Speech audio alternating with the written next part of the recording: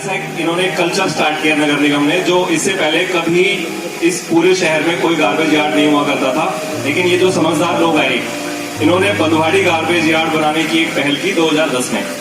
2009 में इन्होंने जगह चिन्हित की और 2010 में उसकी पहल की, ये कह के कि यहाँ पे एक विश्व स्तर का गार्बेज यार्ड बनाया जाएगा, जिसमें शहर का सारा कचरा उठा के सुबह सुबह उठाएंगे और दोपहर तक उसको यहाँ रखेंगे। उसके बाद उसकी कंपोस्टिंग होगी, रिसाइकलिंग होगी और बहुत अच्छा वाला प्रोजेक्ट बनाएंगे।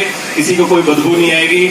यहाँ पे जो गांव वाले हैं उनको नौकरी मिलेगी और नीचे नीचे बेसमेंट में काम होगा, ऊपर ऊपर फल वाले जो पेड़ लगाए जाएंगे, पार्क लगाए जाएंगे, गांव वाले यहाँ पे घूमने फिरने आया करेंगे, ऐसा यहाँ बोला गया। उसमें उस प्रक्रिया को आगे बढ़ाने के लिए हमारे गांव के आसपास के 10-5 जो नंबरदार टाइप के लोग हैं, जो अपना अपना भला चाहते हैं, उन लोगों की नगर निगम वालों ने एक समिति बनाई और कुछ दिन बाद हमें सुनाई दिया कि इन लोगों को गोवा घुमाया गया है। एक्चुअल में उनको गुजरात घुमाया गया था कागजों में कि गुजरात लेके चलते हैं तो मैं दिखाएंगे कितना अच्छा प्रोजेक्ट है हमारा, कितना बढ़िया तरह से काम करता है और आपकी परमिशन से हम यहाँ पे काम करेंगे। 7-8 दिन बाद उन लोगों में से कुछ लोगों ने मुझे गोवा की फिल्म दिखाई। वो जो लोग थे, जो नंबरदार लोग थे, उनको यहाँ से ले जाया गया गुजरात, लेकिन गुजरात की जगह उनको गोवा घुमा के उनको सेट करके उनको 10 लोगों के साइन उनसे करवा लिए गए और यहाँ पे बंधुआड़ी गार्बेज यार्ड का काम शुरू कर दिया गया। वहां से शुरू होता है ये विनाश का काम। अब कागजों में इन्होंने क्या लिखवाया कि एज पर प्रोसेस, एक वेस्ट मैनेजमेंट रूल उस टाइम नहीं हुआ करते थे, तो इन्होंने एज पर प्रोसेस नगर निगम की कार्यवाही के तहत इसमें दिखाया कि यहाँ पे लाइनिंग होगी, 4-4 फीट की दीवारें बनेंगी नीचे धरती में, जो खड्डा है, जो खान है, उसको प्रॉपर तरीके से ढका जाएगा, उसको भरा जाएगा गार्बेज से और उसके बाद उसमें रिसाइकलिंग हम डेली लेवल पे, डेली बेसिस पे करेंगे। ऐसा कागजों में दिखाया गया जिससे कि कोई लोग इसका विरोध ना कर सके। 3 महीने बाद हमें पता लगा कि यहाँ पे जो कंपनी काम कर रही है वो कंपनी इरफान फर्नीचर वाला की है। आज मैं मीडिया के सामने सबको एक चीज उजागर करता हूँ।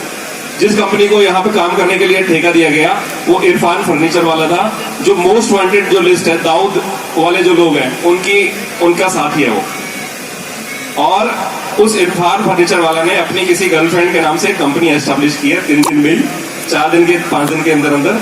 इरफान फर्नीचर वाला का कहीं नाम नहीं है, उसने अपनी एक कोई दिल्ली वाली कोई गर्लफ्रेंड है, उसके नाम से कंपनी खड़ी कर दी। एज पर लॉ उस औरत को ना वेस्ट मैनेजमेंट का कुछ पता, ना उसके कोई शिक्षा है उसके पास, ना उसके पास कोई एक्सपीरियंस है, और उसको यहाँ पे इतना बड़ा वेस्ट मैनेजमेंट की कंपनी बना के खड़ा कर दिया गया इन नगर निगम वालों ने और उसको ठेका दे दिया गया। 33 करोड़ रुपए का इनिशियल ठेका था, जिसमें बोला गया कि आप इसको मैनेज करोगे, आपको हर साल शायद इस तरह का था कुछ 33 करोड़ रुपए उसको दिया जाएगा इस वेस्ट को मैनेज करने के लिए। 4था महीना था जब ये प्रोसेसिंग चालू हुई। यहाँ पे कुछ पुराना क्रैशर जैसे होता है ना, पहाड़ में से क्रैशर की जो मशीन होती है लंबी लंबी, ऐसे उठा के यहाँ पे रखी गई। एक लोहे का जो इंफ्रास्ट्रक्चर होता है, जैसे केबिन होते हैं ना, आपने देखे होंगे, ऐसे रखा गया और कहा गया कि ये मशीनरी चालू होगी, अब यहाँ पे काम चालू हो जाएगा। उसके 2 महीने बाद हमने देखा, मतलब सारी दुनिया ने देखा, वो जो पुरानी मशीन है, पुरानी जो क्रैशर है, उसमें आग लगाई गई। रातों रात उसमें आग लगी और दूसरे दिन अखबार में आया कि यहाँ पे किसी ने जो मशीनरी है इसमें आग लगी है, दुर्घटना हो गई है, इसलिए ये कंपनी यहाँ पे काम करना नहीं चाहती है। 3 महीने बाद फिर पता लगा कि इस कंपनी ने क्लेम किया है नगर निगम से 33 करोड़ रुपए, और उसके 1 महीने बाद पता लगा, मतलब कि शुरू होने के 1 साल तक उस कंपनी के नाम पे नगर निगम ने 33 करोड़ रुपए, 32 करोड़ कुछ रुपए थे, वो ट्रांसफर कर दिया और उसको ये कह के अलग कर दिया कि इस कंपनी के साथ धोखा हुआ है, इसकी कंपनी में किसी ने आग लगा दी है और इसलिए ये कंपनी यहाँ पे काम करना नहीं चाहती है। एज पर इंश्योरेंस इसको बरी किया जाता है। आज का दिन है और वो दिन है, 1 रुपए का काम नगर निगम ने उसमें प्रोसेसिंग के नाम पे नहीं किया है। ये इतनी लंबी स्टोरी मैं आपको बता रहा हूं कि यहाँ पे आप में से कुछ लोगों को अभी भी शक शंका होगी कि नहीं, कुछ लोग को भरा जाएगा ऐसे कि नहीं, ऐसा नहीं है, वो तो टेम्परेरी डाल के और फिर उसकी प्रोसेसिंग होगी, सफाई होगी, उसको प्रोसेस करके कंपोस्ट बनाया जाएगा, उसमें से घी निकाला जाएगा, उसमें से तेल निकलेगा, उसमें से बिजली बनेगी, उसमें से ये होगा वो होगा, ऐसा कुछ बताया जाएगा आपको। और आप सब लोग, आप में से कुछ 10-20% लोग मानेंगे भी उनकी बातों को, क्योंकि आपके रिलेशन है उनके साथ। बंधुआड़ी गार्बेज यार्ड में मैं चैलेंज के साथ कहता हूं कि 2011 के बाद 2010 जिस दिन से ये मशीन लगी थी, जिस दिन से आग लगी है, उस दिन के बाद किसी ने 1 रुपए की रिसाइकलिंग की हो तो जो आप बोलना चाहो वो मैं करने को तैयार हूं। और कागजों में आज भी यहां पे रिसाइकिल प्रोसेस चल रहा है। इसका एग्जांपल मैं बताता हूं, इसका सही रूप मैं आपको दिखा रहा हूं। आज से ठीक 7-8 दिन पहले मैं एडिशनल कमिश्नर साहब के साथ कुछ मीटिंग थी किसी और मुद्दे पे, उसमें गया मैं किसी और मुद्दे से, लेकिन बंधवाड़ी गार्बेज यार्ड की भी बात करने लगा कि भाई उसका क्या करना है बंधवाड़ी गार्बेज यार्ड का। मेरे पास एक ऐसी कंपनी है जो कि इंदौर में जिसने काम किया और वास्तव में वेस्ट को रिसाइकल करती है वो, और हमारा जो वेस्ट है इसको प्रोसेस करने की क्षमता रखती है। उस कंपनी ने मेरे को बोला कि जितेंद्र भाई आप इस पे केस डाल रखे हैं, आपने काम किया है। हम एक ऐसी कंपनी जिन्होंने 18 शहरों में ऐसे वेस्ट को खत्म किया है और ये हमारे कागज है, ये हमारी प्रोसेस है, ऐसे ऐसे हम काम करते हैं। मैंने उनके विश्वास पे एडिशनल कमिश्नर से बात की कि ये कंपनी है जो वास्तव में इसने रिपोर्ट दिखाई है, मेरे को काम किया है, लोगों के अप्रिशिएशन है, प्रधानमंत्री तक ने उनको अप्रिशिएट किया है। कहते नहीं जितेंद्र आपको पता ही नहीं है, यहाँ पे तो हमारा तो बंधवाड़ी गार्बेज यार्ड पे तो बहुत अच्छा काम चल रहा है, वो तो सारा कचरा खत्म होने वाला है अभी। तो मैं उनके मुंह और देखता रहा हूँ, भाई कहाँ किससे बात कर रहे हो, मैं आम जनता नहीं हूँ, ये मेरा केस है, आप मेरे को बेवकूफ मत बनाओ। ऐसा कहकर मैं वहां से उठाया। आप सोच सकते हो ये इतनी ताकत रखते हैं, इतने घपटी लोग हैं, इतने दुश्मन लोग हैं दुनिया के कि ये मेरे जैसे आदमी को बेवकूफ समझने की कोशिश करते हैं। ये अगर मुझे बेवकूफ बनाने की कोशिश करते हैं तो मंत्रियों को, पार्षदों को, अपने जो नेताओं को, सबको कितना बढ़िया चूना लगाते होंगे। ये मेरे सामने ऐसा बोल रहा है कि नहीं वहां पे तो काम चल रहा है, हाँ ईंट बन रही है, बिजली बन रही है। तो आप सोच सकते हो कि इन लोगों पे क्या वास्तव में विश्वास किया जाए।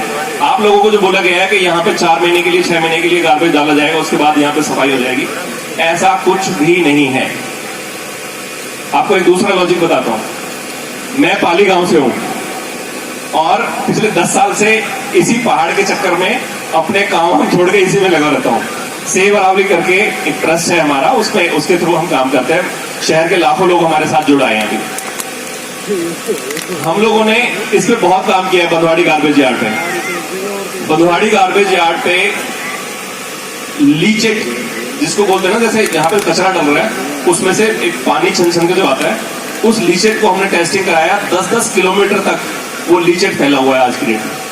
उसको ये सारे नेता, सारे इनके जो ऑफिसर हैं, सारे जो इनके जो बड़े कमिश्नर लेवल तक के लोग हैं, हर बार छुपाते हैं और हर बार एनजीटी में डांट खा के आते हैं। क्योंकि हमारी जो लैब है वो देश की सबसे नामी लैब है जिसे हम टेस्ट कराते हैं, श्री राम लैब है दिल्ली में, वहां के टेस्ट हमारे पास है। पाली बंधवाड़ी से करीबन 10 किलोमीटर दूर है। अगर एयर का डिस्टेंस नापा जाए तो, हवा में नापा जाए तो, अगर जमीन से जाया जाए तो 26 किलोमीटर पड़ता है। हमारे पानी में भी कंटेमिनेशन है, मतलब प्रदूषण है। हमारे गांव में 26 किलोमीटर दूर तक भी पानी खराब हो रखा है। बंधवाड़ी गांव में लड़कों की सगाई तक नहीं हो रही है। ब्याह सगाई नहीं करता वहां पे कोई भी लड़कों को।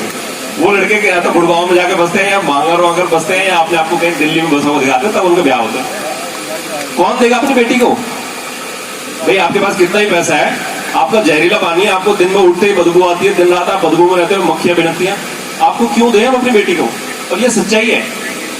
मांगर, बंधवाड़ी, डेरा, फतेहपुर, असौला तक इस बंधवाड़ी गार्बेज यार्ड का असर है और सारा पानी, सारी हवा कंटेमिनेटेड है, जिसको हिंदी में प्रदूषित बोलते हैं, जहर बन चुका है इन्हीं लोगों के कारनामों की वजह से।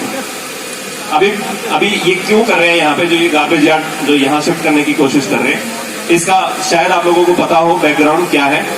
हमारा जो केस चला रहा है एनजीटी में, एनजीटी को इन लोगों ने काफी बार बेवकूफ बनाने की कोशिश की, लेकिन हम हैं, हमारे साथ गुड़गांव के बहुत अच्छे अच्छे लोग काम कर रहे हैं और सारा काम डॉक्यूमेंट्स पे है, लिखित में है। हम लोग, शायद आपने मेरे को इस तरह की सभा में पहली बार देखा होगा बोलते हुए, लेकिन हम लोग डॉक्यूमेंट्स पे, हमारे साथ 12-13 लोग हैं, एडवोकेट हैं, हम लोग पूरा डॉक्यूमेंट्स पे पूरा काम करते हैं और इनको हर बार शीशा दिखाते हैं कि तुम झूठे हो, तुम मक्कार लोग हो, तुम केवल पैसे कमाने के लिए इस बंधवाड़ी गार्बेज यार्ड को जिंदा रखना चाहते हो।